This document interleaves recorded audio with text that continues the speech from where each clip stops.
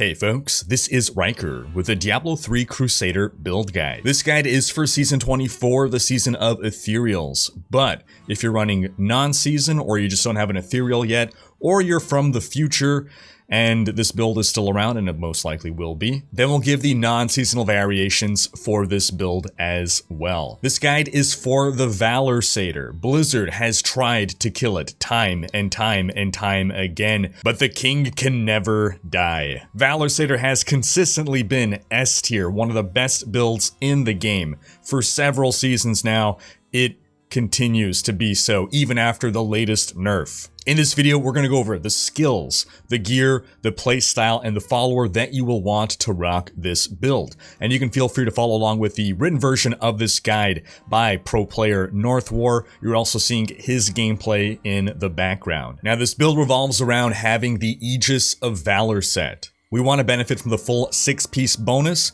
In this case, we're going to do that by having 5 pieces of the set equipped, along with a Ring of Royal Grandeur.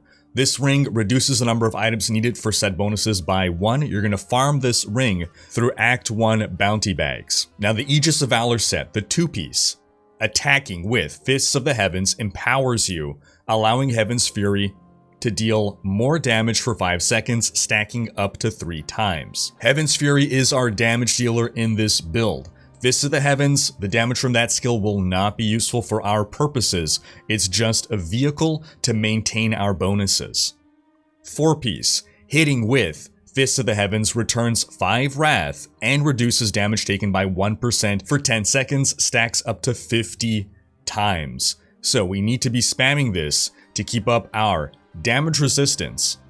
That's going to be 50% damage reduction. And we're also gaining Wrath back. It's turning Fists of the Heavens from a spender into a generator, or it's still spending, but it's also generating at the same time. And then the 6-piece bonus, increase the damage of Fists of the Heavens and Heaven's Fury by 20,000%. Now we're going to combine this build with Captain Crimson's trimmings. This is a crafted set. There's 2 versions, a low-level version and a level 70 version. Make sure you're getting the level 70 version, because the 2-piece bonus gives us 20% cooldown reduction and 20% resource cost reduction, and the 3-piece bonus makes damage dealt increase by your percentage of cooldown reduction, and your damage taken is reduced by your percentage of resource cost reduction. So we're going to be stacking a ton of cooldown in this build, as well as some resource cost reduction, so we're going to benefit tremendously from Captain Crimson's set. Another very important item for this build is the Fate of the Fell. Heaven's Fury gains 2 additional rays and has its damage increased by 500%. 500% increased damage plus 2 extra beams. Those 2 extra beams can theoretically be hitting the same enemy for triple damage just there. This is an incredible multiplier for this build. Next, we'll want to take the Shield of Fury. Each time an enemy takes damage from your Heaven's Fury, it increases the damage they take from your Heaven's Fury by 30%, stacking up to 10 times. So if you can get 10 hits on the same enemy, that's 300% more damage. This is for pushing. If you're killing enemies super fast, we have other items that you'll take. We'll get to that, but Shield of Fury, huge damage multiplier. Then the Bracer of Fury. Heaven's Fury deals 400% increased damage to enemies that are blinded, immobilized, or stunned. These are hard crowd control effects. This is a huge damage multiplier, and so we want to find ways to apply these effects to our enemies in order to destroy them. As a pushing build, we're going to work a convention of elements into this. Now, because we're already fussing around with cooldowns or timing windows of getting enemies to be crowd controlled, we want to time that crowd control with our convention rotation. This is going to be a holy build, so if we can get the convention's 200% damage multiplier to be happening at the same time as the Bracer of Fury's 400% damage multiplier, that's a lot of damage. Now we'll also work in the Compass Rose and Traveler's Pledge into this build. Not necessary, but gives a good amount of situational toughness and damage. While we're moving, damage taken is reduced by up to 50%, and while standing still, damage dealt is increased by up to 100%. In our cube, we're going to put some stone gauntlets. Getting hit increases your armor by 50%. but reduces your movement speed by 15% and attack speed by 20. This effect stacks up to 5 times. This is terrible. This is awful. You never want to be under these effects. It's miserable. But properly geared, we're going to have 99% uptime on Akarat's champion, and that breaks crowd control. So the Stone Gauntlet's negative effect is a crowd control on us. Don't run with Stone Gauntlets unless you have almost full uptime on Akarat's champion, and we're going to be using Iron Skin Flash for that 1 second where we're not on Akarat's to ensure that we're never getting this Stone Gauntlet's negative effect. Then for our weapon, if you're non-season or you don't yet have an ethereal, just get a pig sticker. The pig sticker is simply a high attack speed stat stick. It can roll with an extra attribute, therefore we're able to get more affixes on one item. There's nothing else that's really that great for this build. But if you can get an ethereal, the best will be the Redeemer. This has on it holy skills deal 20% more damage. We're a holy build. Perfect. We have plus 50% damage to demons and plus 50% damage to undead. A lot of our enemies in Greater Rifts are going to be demons and undead, so we're often going to benefit from this. And then we also have consecutive hits to enemies, increases attack speed by 3%, up to 30% for 3 seconds. This synergizes really well with our Shield of Fury. Repeated hits to enemies, we stack up, therefore we're able to build up stacks faster, therefore we're able to build up that 300% damage multiplier faster. Now, ethereal weapons always have the same blue affixes, but the 2 golden affixes are random. One is a random passive, and one is a random weapon power. The weapon power we're looking for here is the Ivory Tower. Block releases forward a Fires of Heaven. So this means that just by blocking, we're going to be unleashing Heaven's Fury Fires of Heaven. Historically, there's been 2 versions of this build. There's been the sort of passive Ivory Tower version, and sometimes called the lazy version, and then the active version that relies on the Shield of Fury. This is a hybrid of the 2. We're going to be actively and passively applying our Fires of Heaven. Now, if your Redeemer comes with a Shield of Fury on it or a Fate of the Fell on it, just substitute whatever's in the cube, whatever you have equipped appropriately. Those are the 3 weapons that you want. It doesn't terribly matter in what order. Getting that ethereal is most important. And the passive is just icing on the cake. If you don't have a good passive, it's okay. Getting a good ethereal will be difficult, and getting your 5th best passive isn't that amazing. It's a nice little bonus, but it's not something to trash an ethereal over. Now, your Redeemer will be your best in slot ethereal here, but if you get one of the other 2, between those 2, Astrian's Iron Ward is your 2nd best pick. It has some nice crit chance and crit damage on it. It gives you more max damage per Paragon, up to 800, but it still is going to output less damage than with the Redeemer. Then Khalim's Will be your 3rd choice. It's significantly weaker, but its cool power is killing an enemy reduces the cooldown of Steed Charge by 1 second, which actually makes this really good for speedrunning. If you want to do T16, for instance, you don't need all that damage, and Khalim's Will really be helpful. As for your legendary gems, you're going to get a Bane of the Trapped. Just arguably the best gem in the game. Huge amount of more damage that we'll be able to be constantly applying. This is against crowd-controlled enemies. We're always going to have enemies under crowd control. Then Bane of the Stricken, very important for dealing with Rift Guardians when we are GR pushing. The more you attack an enemy, the more damage you build up. We're relying on building up stacks combined with our Shield of Fury. That said, if it's not taking you more than 2 minutes to kill a Rift Guardian, you're generally better off with a Bane of the Powerful instead of a Bane of the Stricken. Bane of the Stricken, a lot of people switch to it far too early. They're doing speed runs with Bane of the Stricken. You'd be better served with a different gem. Bane of the Stricken was added into the game as a solution to the problem of it taking like 5 minutes to kill a Rift Guardian. Then lastly, a Gogok of Swiftness. With every attack, we build up attack speed, dodge, and cooldown reduction. This is going to help us reach that almost full uptime on Akarat's champion. Now we'll go over exactly what we want on every piece of gear, but first we'll look at the skills. The star of the show here, our main source of damage, Heaven's Fury, Fires of Heaven. Heaven's Fury deals a huge amount of damage, and the Fires of Heaven rune removes the cooldown and adds a wrath cost. It's a heavy cost, but thanks to our 4-piece bonus of Valor, we're going to be regenerating quite a bit of wrath, and so we should be able to keep this up. And we're regenerating that wrath with Fists of the Heavens Fissure. The reason that we're picking the Fissure rune is because Fissure creates a fissure of lightning energy that deals damage over 5 seconds to nearby enemies. If there is another fissure nearby, lightning will arc between them, dealing additional damage. Now, whether it is your Fist of the Heavens striking or the fissure arcs, those both count as ticks of damage against an enemy that will regenerate wrath for us. So we're specifically taking the fissure rune so that we have to cast this skill less often. Next, we're taking Akarat's Champion, Prophet. More damage, more wrath regeneration, more armor, and a free extra life. There's a reason pretty much every Crusader build uses this. Next, we're taking Judgment, Debilitate. Judgment hits in a 20-yard radius, that's pretty big, and immobilizes enemies there. This is what's going to be triggering our Bracer of Fury. The Debilitate rune also makes enemies in the area deal 40% reduced damage for 6 seconds, which is going to help us survive. Next, we're taking Laws of Valor, Unstoppable Force. More attack speed actively, passively more attack speed, and then Unstoppable Force, the key here. Empowering the Law also reduces the wrath cost of all skills by 50% for 5 seconds. This triggers our Captain Crimson's and turns into 50% damage reduction. Then lastly, we're taking Iron Skin Flash.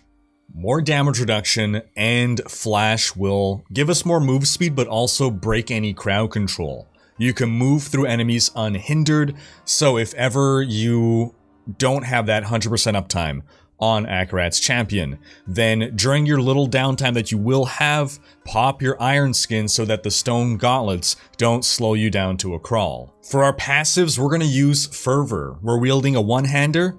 Fervor gives us more attack speed and cooldown. We're going to take Holy Cause as our main source of recovery. Nice little damage buff as well. 10% more damage, and anytime you deal holy damage, you heal up to 1% of your total life. We're going to take Long Arm of the Law, increase the duration of the active effect of all laws by 5 seconds. This will allow us to have 100% uptime on Laws of Valor, Unstoppable Force. We're going to take Hold Your Ground. You can no longer dodge, but your block chance is increased by 30%.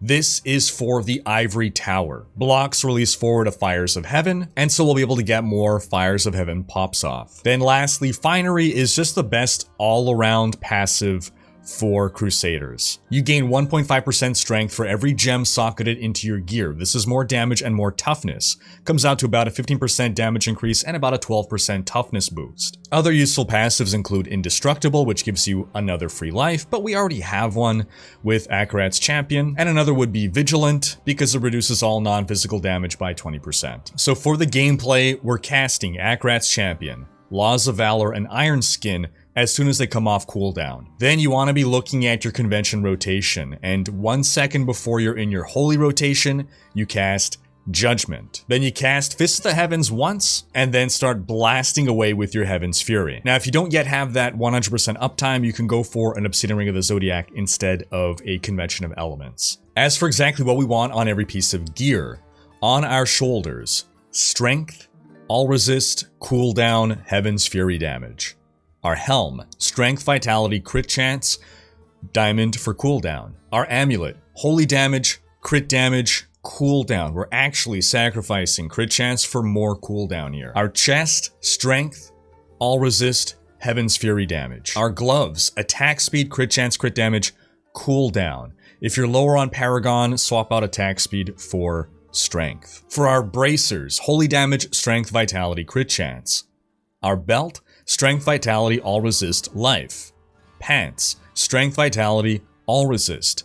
The sockets in our pants and chest will be diamonds for toughness. Our boots, Strength, Vitality, All Resist, Armor. Our Convention of Elements, Crit Chance, Crit Damage, Cooldown. Our compass rose, Strength, Crit Chance, Crit Damage, Cooldown. And our shield, Crit Chance, Block Chance, very important to synergize with that Ivory Tower, Cooldown Reduction, and Heaven's Fury damage. For our Paragon points, max out your move speed, then your strength.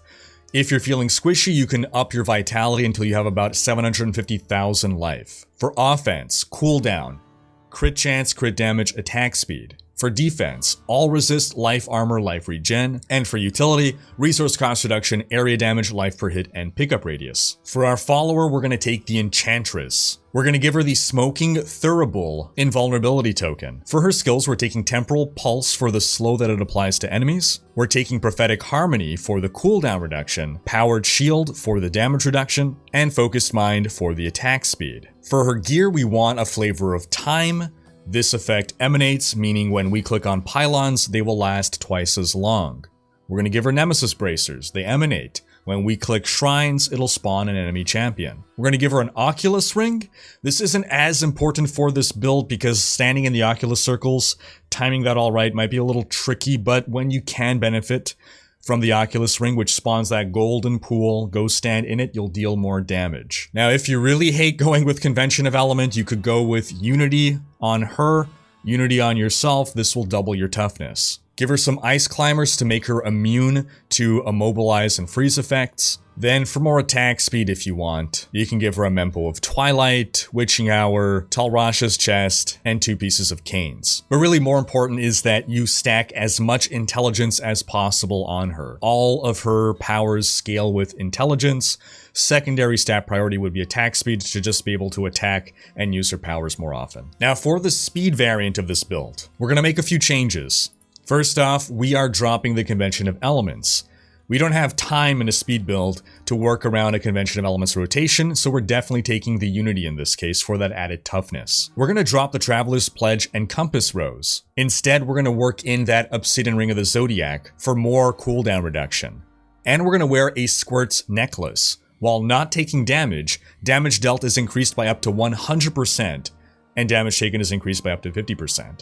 To help us maintain this buff, we're going to drop the Bane of the Stricken and take a Molten Wildebeest Gizzard, because at level 25, after not taking damage for 4 seconds, you gain an Absorb Shield for 200% of your total life per second. You maintain Squirt's buff as long as you are not taking damage to your health. If you are not losing health, if you're just losing shield, you maintain your Squirts. In the cube, we're going to drop the Stone Gauntlets and actually take St. Archu's Gauge. The first time an elite pack damages you, gain an Absorb Shield for 150% of your max life for 10 seconds. That's just going to help a little bit more with that Absorb Shield. Now we're also going to drop the Shield of Fury. We don't have time to attack an enemy 10 times. If it takes 10 hits to kill an enemy, you're not doing speedruns. So instead we're going to take the Flail of the Charge and the Shield of the Steed. This is Norvald's set. That means we're actually dropping the Ethereal altogether, meaning this build works for non-season and future seasons. This combo gives you a 400% damage multiplier. The 2-piece bonus increases the duration of Steed Charge by 2 seconds. In addition, killing an enemy reduces the cooldown of Steed Charge by 1 second.